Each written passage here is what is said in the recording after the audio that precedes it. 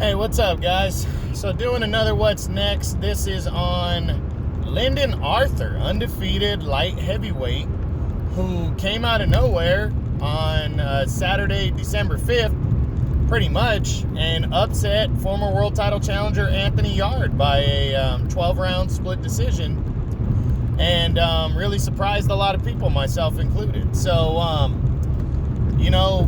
Arthur, with that win, has placed himself in the top 10 of the light heavyweights now with that win. I thought that was impressive. And if you know anything about my What's Next, is I do guys who are in my top 10. So if you're the new guy in, you get a What's Next video. Main event fighters with names, and that was the main event of an ESPN card.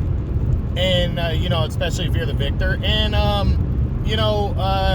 just big names in general, even if you're not a main event guy. If you're a big name, a good example, Devin Haney and Ryan Garcia would obviously get What's Next, even though they're not in my top 10 at lightweight yet. So that's the qualification. So Lyndon Arthur, good, strong win. Saw some clips of it. He just, he jabbed and jabbed and jabbed. One of the reports that I read said that Arthur didn't really land a power right hand until what was it? The ninth round or something like that. So it was just a good game plan of sticking to boxing and jabbing, and he pretty much ate up Anthony Yarde. Yarde, when he put his foot on the gas pedal, seemed to do some damage with his power shots, but very disappointing loss for Yarde, who, just last year in August, we're talking just 16 months ago, almost shocked the world by upsetting Vladimir Klitschko. He almost did it.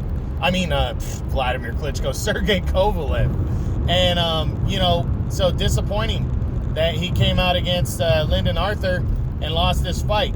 So the big question now is, what's next for Lyndon Arthur? Well, a rematch is being talked about, but Arthur said, hey, I'll do a rematch, but on the A side this time, which he's right, he is.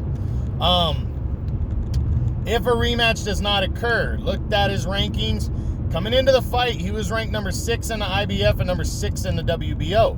Now, the significance of that is the IBF, I don't know how much he moves up. Maybe moves up a couple spots, whatever. It wasn't really an eliminator, but they do give credit for major victories.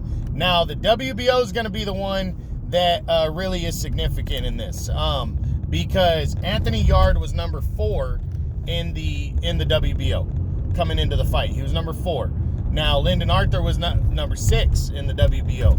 And with the number 1 contender and the number 3 contenders fighting for the vacant title, which are Joe Smith and Maxim Vlasov, that's going to open the door up. And I believe we could be looking at Lyndon Arthur. If Yarde doesn't come next, Lyndon Arthur is going to move past Yarde in the WBO rankings.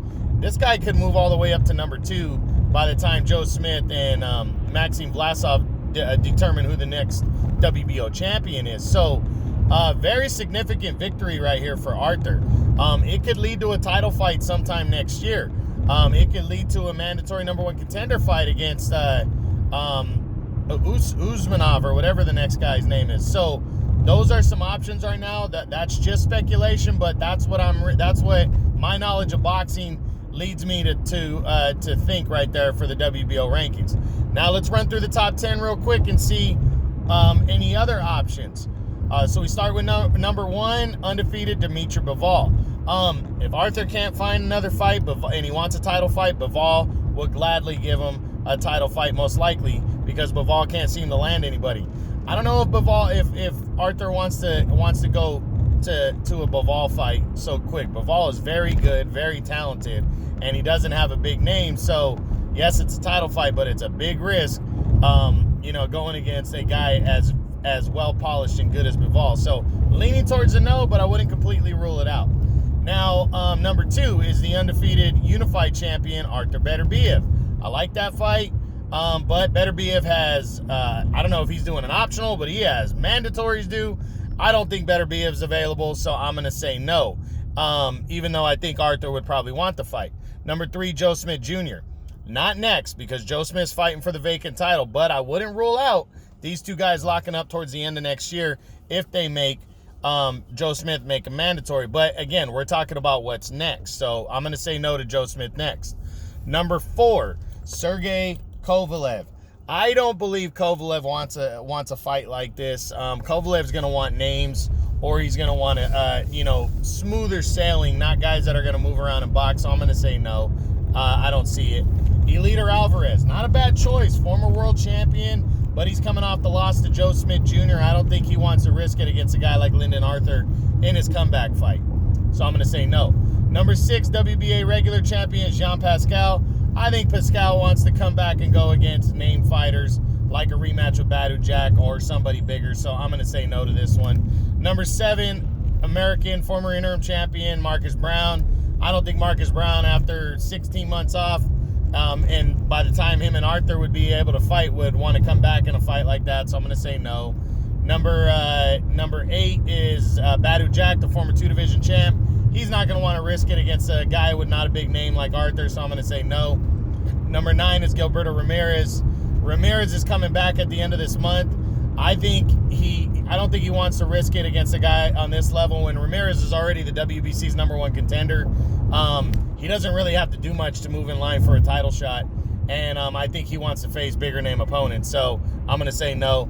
And then number 10, with Arthur, I have them tied now, is Jesse Hart, the former 2-time world title challenger. I wouldn't completely rule this one out, but Jesse Hart's coming off the loss back in January to Joe Smith, so unless he got a win under his belt, I'm not sure he wants to go in against a guy like Lyndon Arthur. But the one thing about Jesse Hart I've always loved, the dude is fearless. He's willing to fight anybody. So that's it.